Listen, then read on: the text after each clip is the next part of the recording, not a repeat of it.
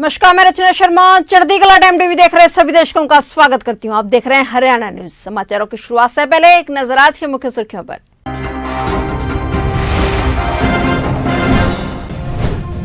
देश के पूर्व राष्ट्रपति एपीजे अब्दुल कलाम की पुण्यतिथि। हरियाणा से खास लगाव था मिसाइल मैन डॉक्टर कलाम का। सिरसा में एक सप्ताह में शुरू होगा ऑक्सीजन प्लांट से वार्ड तक पाइपलाइन के जरिए सप्लाई होगी ऑक्सीजन। भारतीय किसान यूनियन मान ग्रुप के प्रदेश अध्यक्ष गुनी प्रकाश ने किया रोड जाम। गुरनाम चौधरी की गिरफ्तारी न होने पर किया मार्ग जाम।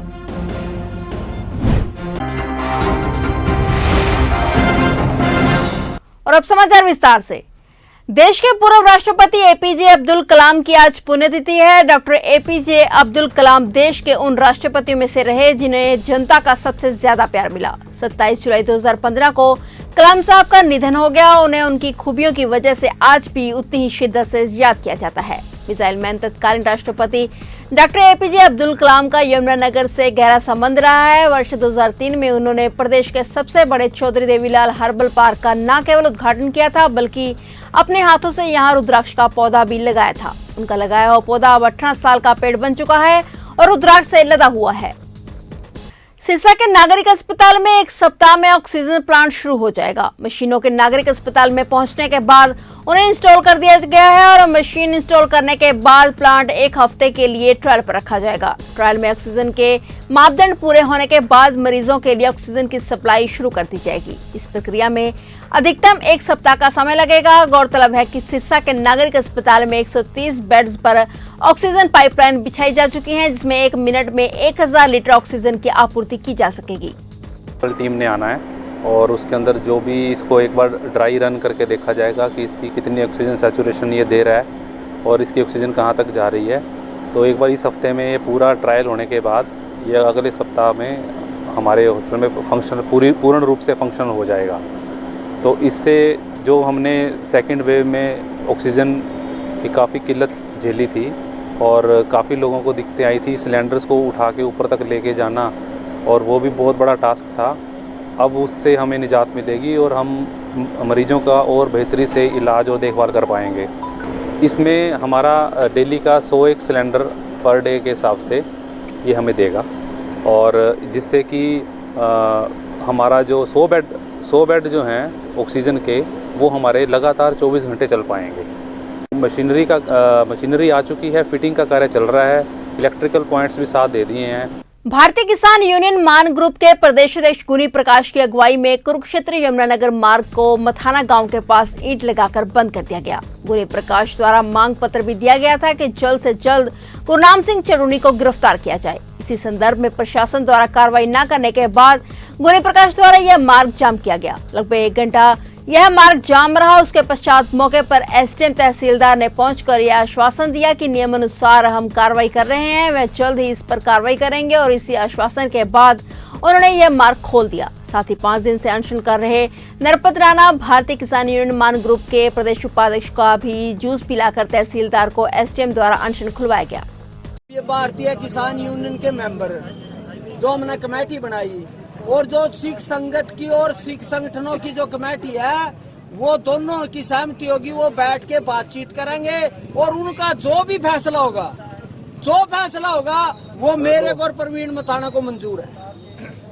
इस विवाह क्योंकि हमने कभी भी सिख समाज का कभी भी अपमान नहीं, हमने ऐसी हम कर ही नहीं सकते।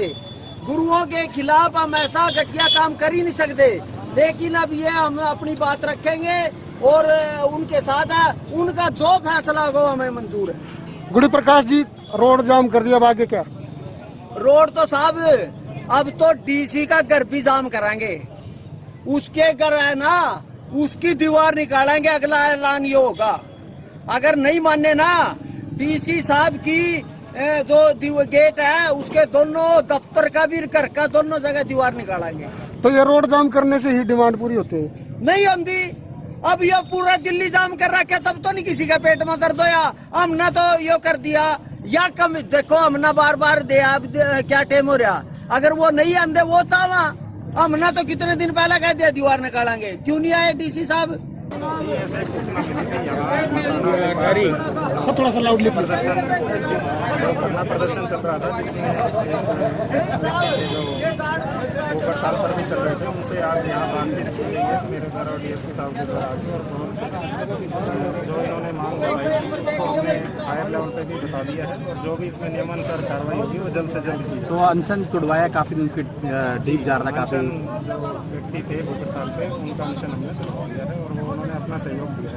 करनाल के सेक्टर 7 पौष इलाके में रात के समय मसाज पार्लर से 4 लड़कों और एक महिला को गिरफ्तार किया गया है। मसाज पार्लर बेसमेंट में था, शटर बंद था और ताला लटका हुआ था। लोगों ने शिकायत दी थी कि मसाज पार्लर के नाम पर यहां ऐशी का अड्डा खुला हुआ है और गलत कार्य भी किए जाते हैं। इसके बाद पुलिस ने कार्रवाई की।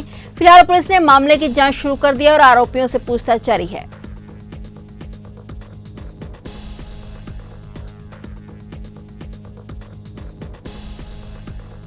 एक लड़की और 2 लड़के अंदर गए हैं, तो उसके बाद इसको शटर को तोड़ने की और पुलिस को बुलाने का काम शुरू हो गया। तो 9:30 बजे और लगभग 1 घंटे के बाद आप भी हमारे साथ ही हैं, तो पता लगा कि अंदर वाकई में कुछ गलत काम हो ही रहा था। लाइटें बंद करके बैठे 1.5 घंटे बंद करके बैठे थे, ताकि जैसे ही पता लगा कि बाहर शटर नॉक हो रहा, उसके बाद से लाइटें बंद कर। कितने लड़के गिरफ्तार किए हैं? 4 लड़के और 1 लेडीज। सफीदों में जींद रोड पर सुबह ट्रक के साथ टक्कर से बाइक सवार 4 लोगों की मौत हो गई। मरने वालों में 2 युवक उत्तर प्रदेश के मुजफ्फरनगर जिले के हैं और एक शामली जिले का रहने वाला था।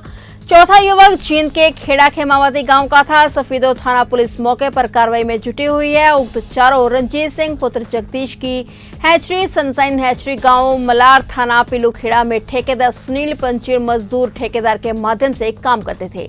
ये सभी वेल्डिंग व लोहे का कार्य करते थे। उक्त चारों की लाश को डेड हाउस सामान्य अस्पताल सफीदो रखा गया। लोकल पुलिस मौके पर पहुंची और कार्रवाई जारी है और इनके परिवारों को सूचित कर दिया गया है। हरियाणा के कुरुक्षेत्र जिले में मंगलवार सुबह हरियाणा रोडवेज की एक बस पलट गई। हादसे में करीब 20 लोग घायल हो गए। हालांकि उन्हें मामूली चोटें आई हैं। ग्रामीण और पुलिस टीम ने मौके पर पहुंचकर बचाव अभियान चलाते हुए घायलों को अस्पताल पहुंचाया। घायलों को पिहोवा के सरस्वती मिशन अस्पताल, सामान्य अस्पताल, इस्लामाबाद के अस्पतालों में भर्ती करवाया। हादसा अम्बाला हिसार रोड पर मलिकपुरा के पास हुआ। बस भिवानी से चंडीगढ़ जा रही थी कि ओवरटेक करते समय इस्माइलाबाद मलिकपुर गाँव के पास अनियंत्रित होकर पलट गई। पंजाब हरियाणा हाईकोर्ट ने हरियाणा के 9 जजों के तबादला आदेश जारी किए हैं। इनमें से 2 जजों को पदोन्नति भी दी गई है। रेवाड़ी के एडिशनल सेशन जज राकेश कुमार यादव को पदोन्नत कर रोहतक का डिस्ट्रिक्ट एंड सेशन जज नियुक्त किया गया है। सोनीपत के एडिशनल डिस्ट्रिक्ट एंड सेशन जज देशराज को पदोन्नत कर फतेहाबाद का डिस्ट्रिक्ट एंड सेशन जज बनाया गया है। कृषि कानूनों के विरोध में किसान संगठन ने अपने मोर्चा तेज कर दिया है। इस बीच किसान संगठनों ने अब यूपी के मुजफ्फरनगर में किसानों की महापंचायत बुलाई है। यह महापंचायत 5 सितंबर को होगी। बता दें कि यूपी में होने वाले चुनावों के मद्देनजर किसान संगठनों ने इस महापंचायत का ऐलान किया है। वहीं किसान नेता राकेश टिकैत ने भी चुनौती देते हुए साफ साफ कहा है कि दिल्ली की तरह ही अब लखनऊ को भी घेरने की तैयारी है।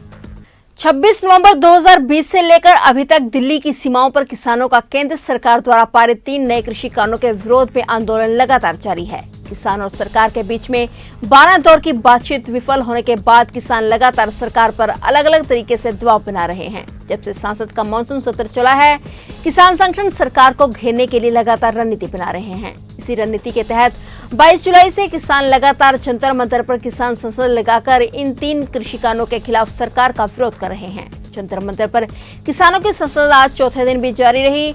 200 किसानों का जत्था रोजाना जंतर मंतर पर पहुंचकर कृषि कानूनों का विरोध करता है और रोजाना शाम 5 बजे तक किसानों की संसद चलती है। इस दौरान 200 किसानों का जत्था बसों में सवार होकर शाम 5 बजे बॉर्डर पर लौट जाता है। फिलहाल हरियाणा न्यूज में इतना ही। तब तक के लिए देखते रहिए चढ़ती कला टाइम टीवी और मुझे दीजिए इजाजत। धन्यवाद।